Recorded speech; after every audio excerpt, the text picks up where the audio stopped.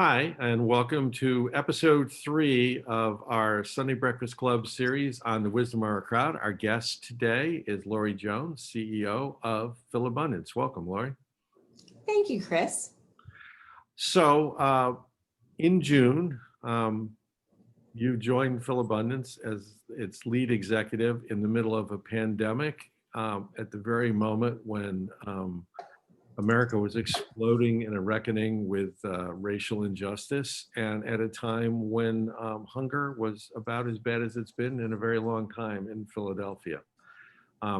So welcome to your new job. Can you talk a little bit about what that was like and how you approached the cascading challenges?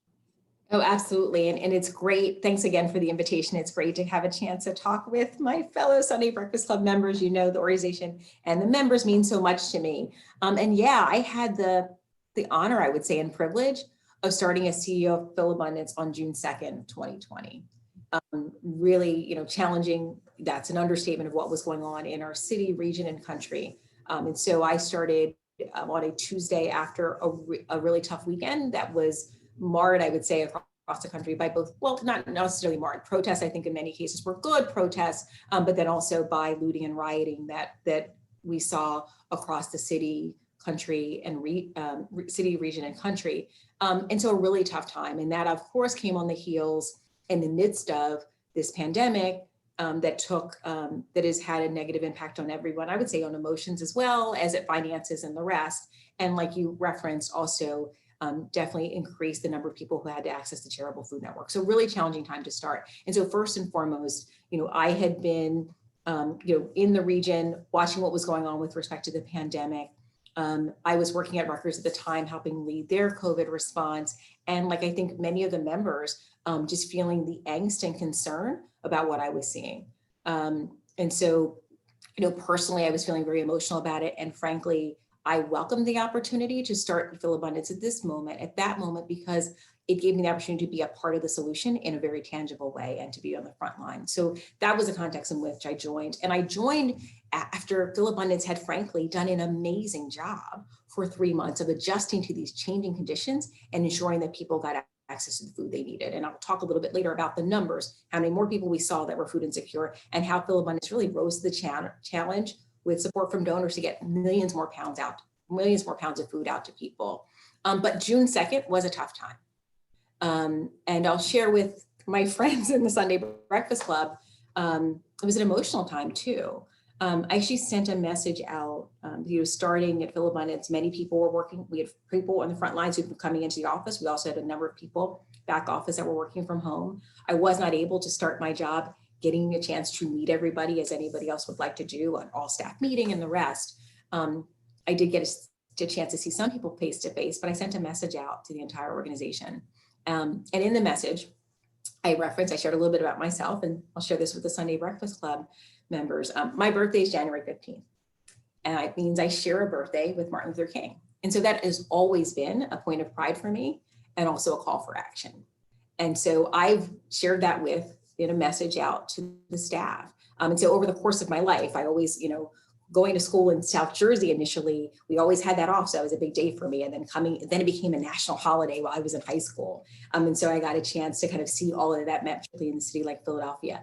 Went to college. I met King's sister. She was a professor where I went to college at Spelman. I was picked to be an intern for the King Papers Project. And I worked on that both in Atlanta and out at Stanford. And so, I also shared with my new staff that I'm a bit of a nerd. I literally had a record player of Martin Luther King speeches, and I would listen to them. Like, this is like, and so anyway, so I start this job at this really challenging time, and I shared that with the team. And I also referenced another civil rights leader, because I think, like many people, was feeling sick and tired of being sick and tired. So I referenced Fannie Lou Hamer. And so I started the position feeling all the emotions and really bringing all that to the work, and sharing that with my new team. And I do think that resonated with them. And we followed up quickly with doing some diversity training that we made sure that everybody had a chance to access virtually across the organization. But I started at a time where I felt, intensely the call to action, intensely the need to really build off of what those great civil rights leaders did, and to make sure that we were serving the people that we needed. And you mentioned that Philabundance was already doing an amazing job of adjusting to the new circumstances, but could you talk a little bit about just what the scope of the logistical challenges are trying to deal with an explosion in need at a time when you have to completely rethink how you do what you do because of COVID? Yeah, absolutely. So here are some of the numbers. Across this region and across the country, we're part of this network, Feeding America, that has represents 200 food banks across the country. We were seeing the need go up by 60%.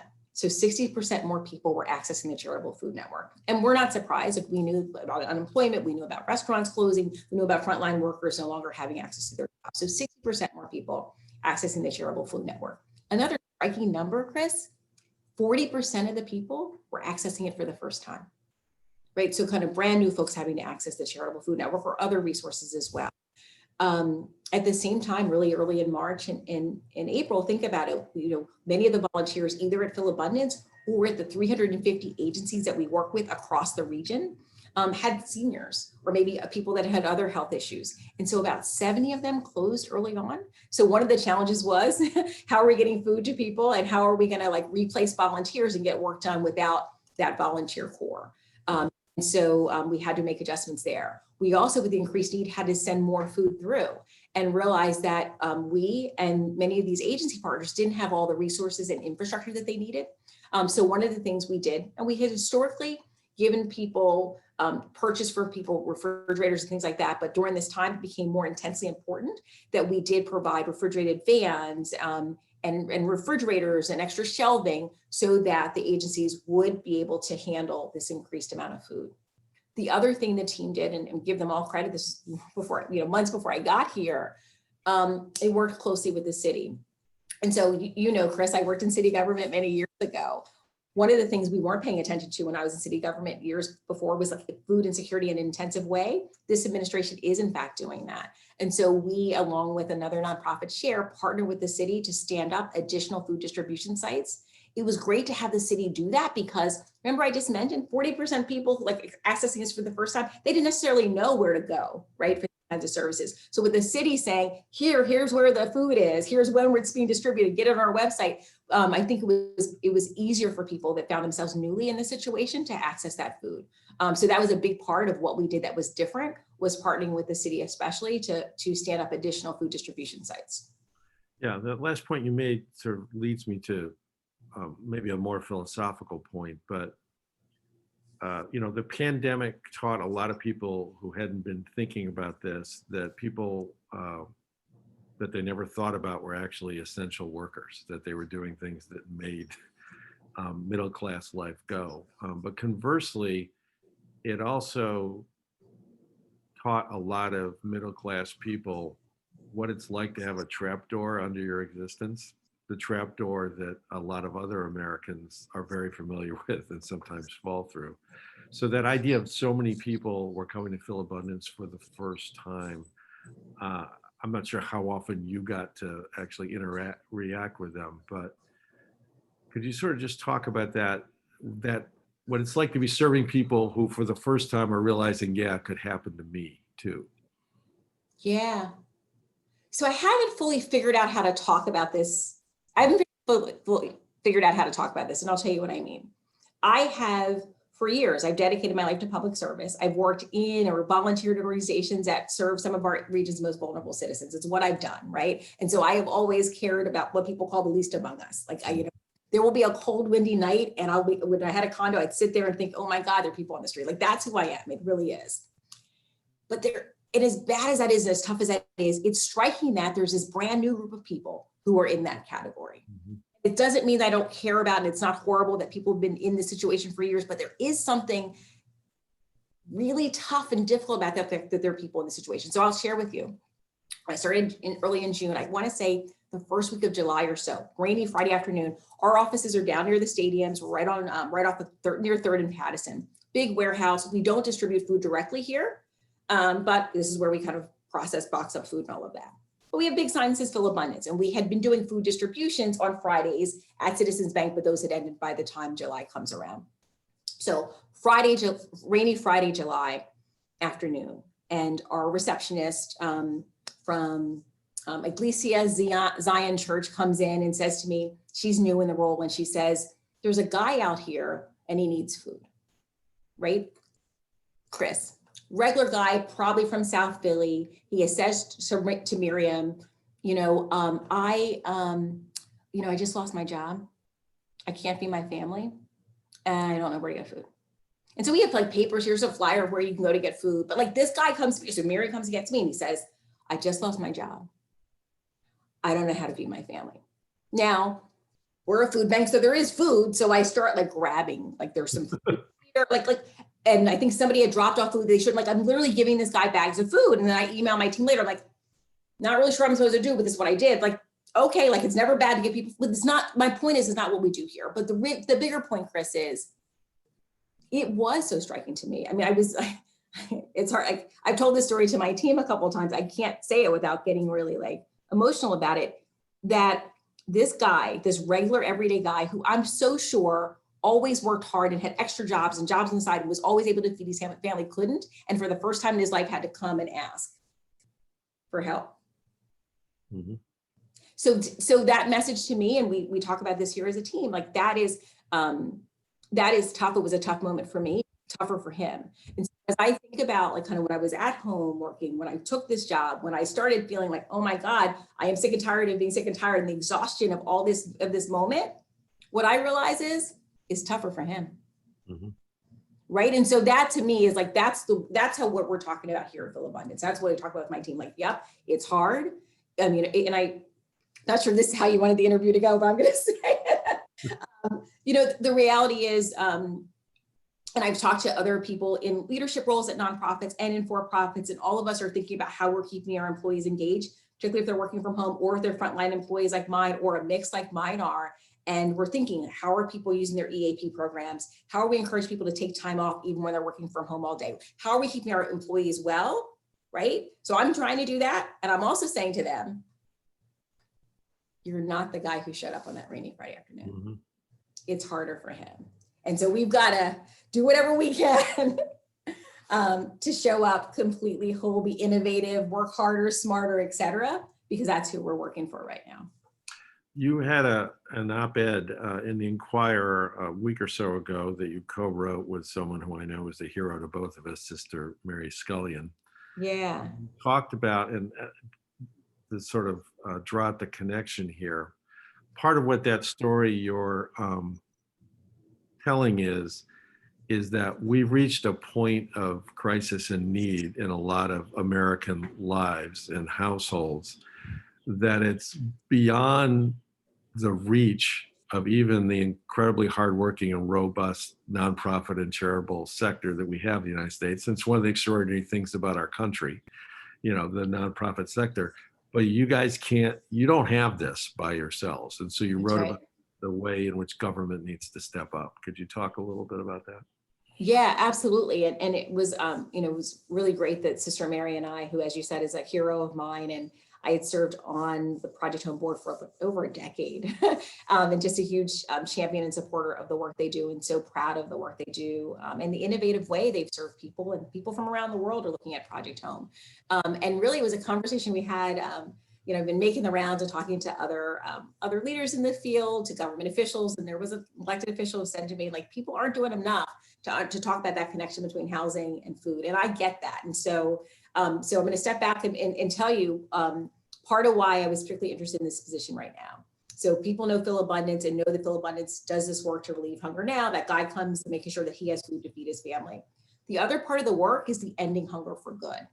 So we talk about that in terms of either feeding the line or shortening the line. What can we do to address the root causes of poverty to make sure that fewer people have to access the charitable food network in the first place? And so Philabundance has doubled down, and we have a whole department that focuses on that. We have place-based strategies. We have a workforce development program. Hopefully I'll get a chance to talk about, operating for 20 years, but we're partnering with the Housing Authority, with federally qualified health centers, with health insurance companies, with housing agencies like Habitat for Humanity, Project Home, with banks around financial literacy to see what's everybody's piece to move a family from crisis to thriving. We fully understand how interconnected these challenges are. We know that the people we're serving, they're choosing between paying their rent or buying a meal for their family. And so have the opportunity to highlight that with Sister Mary was critically important at this moment. So that's kind of one point. The other point you're talking about is really the role of government in all of this. And so try as we might, we're going to end up moving 50 million pounds of food this year. It's a huge amount. I can tell you compared to what. Even when we do that, we are scratching the surface. We've historically said that we feed about 90,000 people a week. That's what we've historically said. We know that there used to be 635,000 or so people in the region that were food insecure. That number is going to go up closer to 850,000 by the end of this year.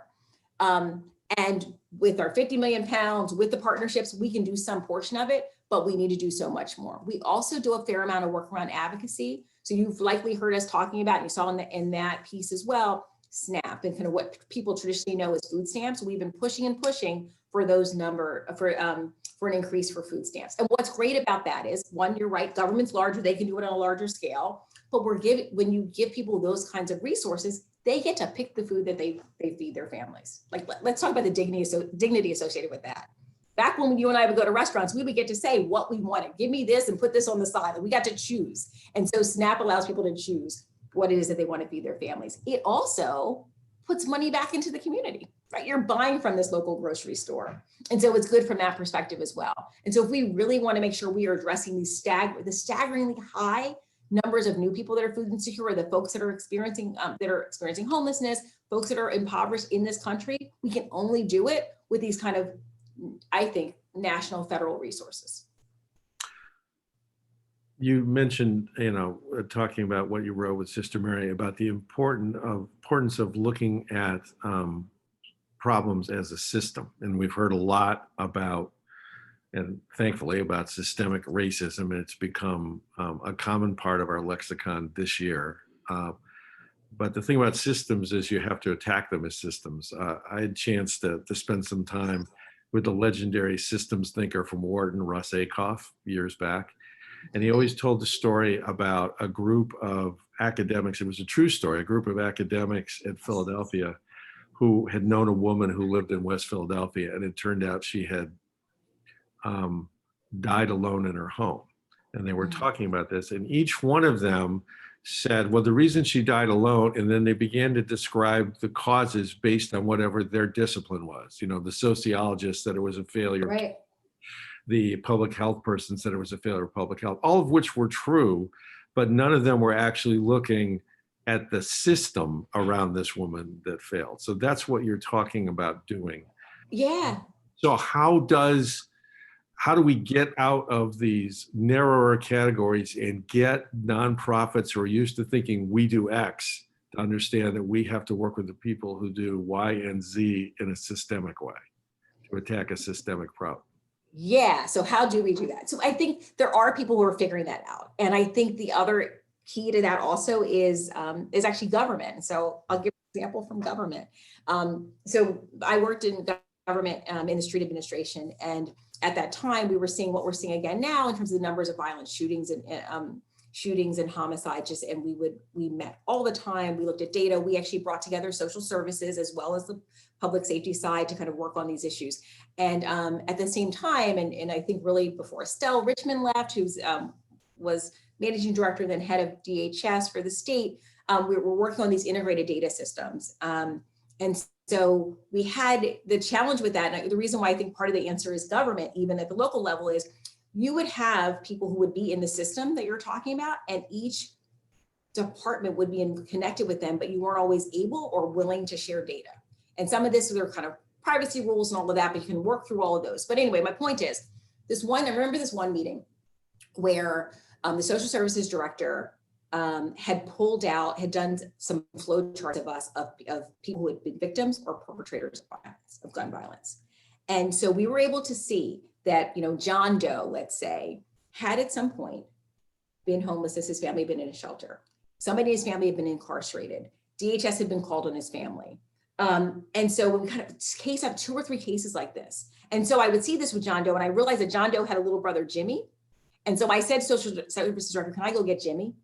Because I know something's going to happen to Jimmy. And so you can see it. So so we need to have systems that are willing to talk to each other, figure out the privacy laws and the rest. And that data should be shared across city agencies and definitely with the school district, because we can map and tell. People will also tell stories. My colleague out in Chester County, who runs a Chester County food bank, is doing this kind of work too. He said he brought agencies together, nonprofits and government, and they were able to say, when they literally looked at one particular family, we had invested over, I don't know, 3 or 4 years, $3 million in services in this, maybe it was a little longer than that, but $3 million.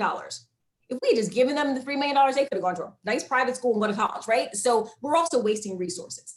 I think more and more of those stories are becoming known and more agencies are doing that. And I am glad that we work with Episcopal Community Services and other nonprofits and government agencies, and people are seeing that we do have to come together.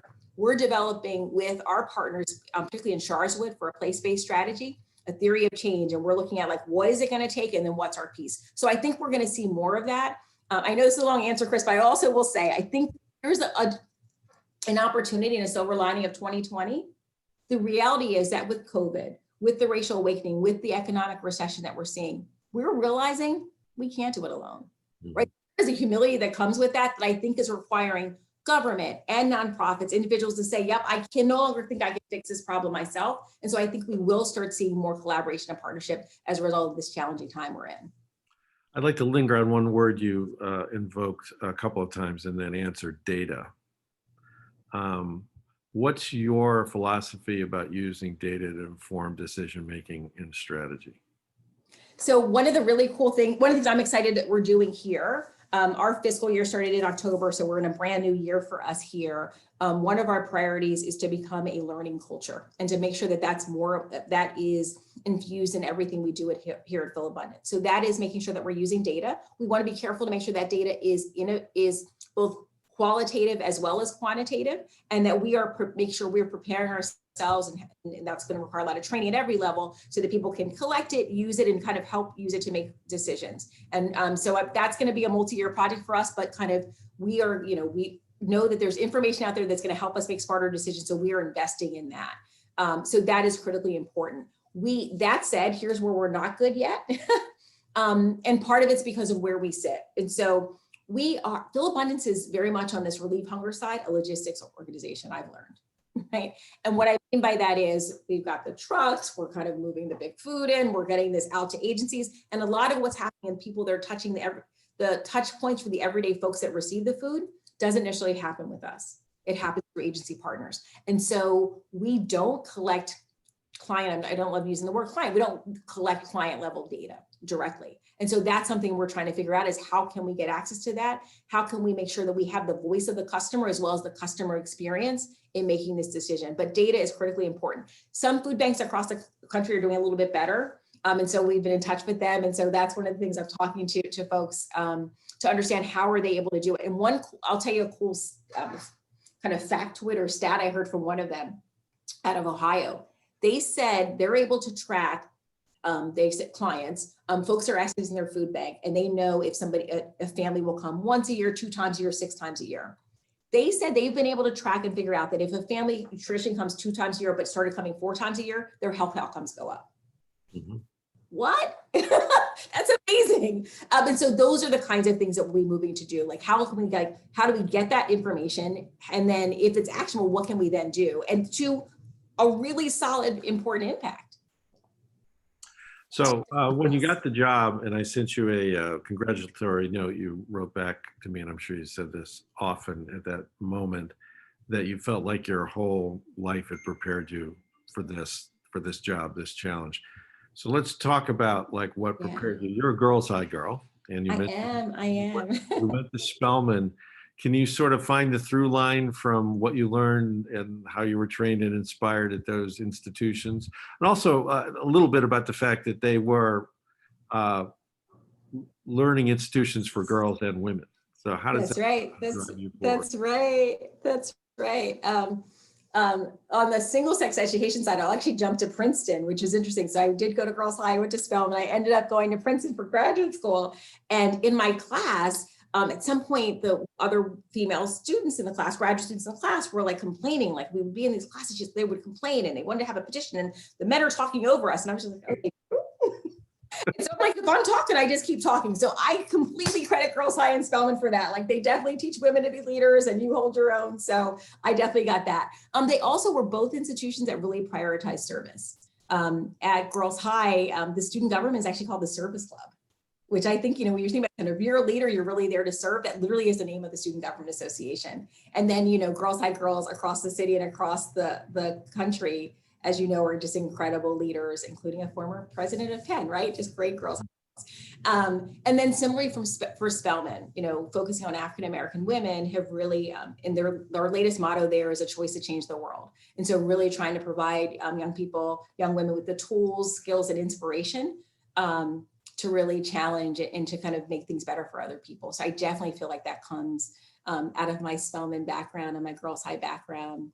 And then also, I'm sure many of the members, my family and my faith definitely drive that too. And I've definitely relied on those kind of foundations as I started this work as well.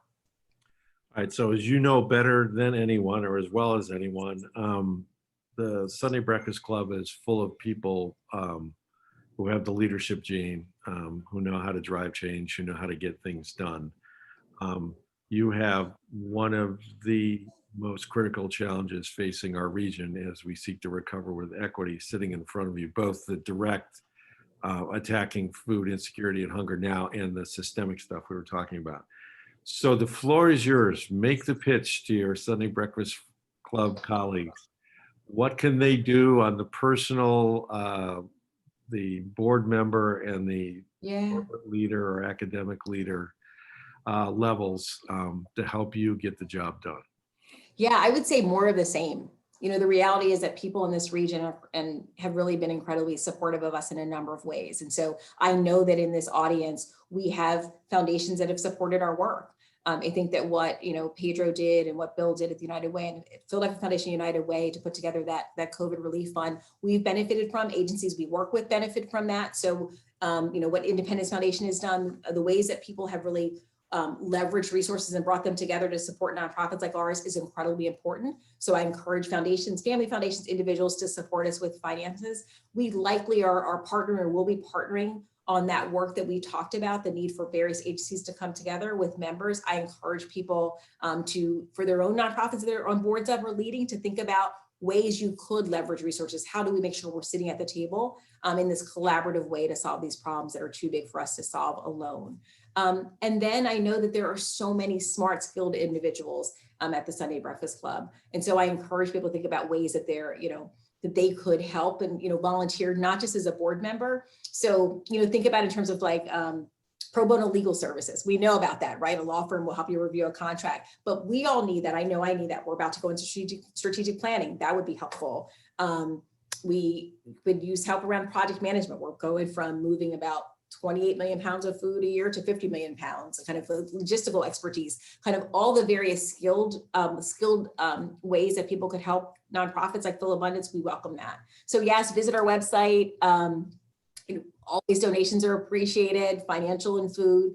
Thinking about ways you can support nonprofits like ours. And the other thing, Kristen, you brought it up, I'm so glad you brought it up, and that's advocacy.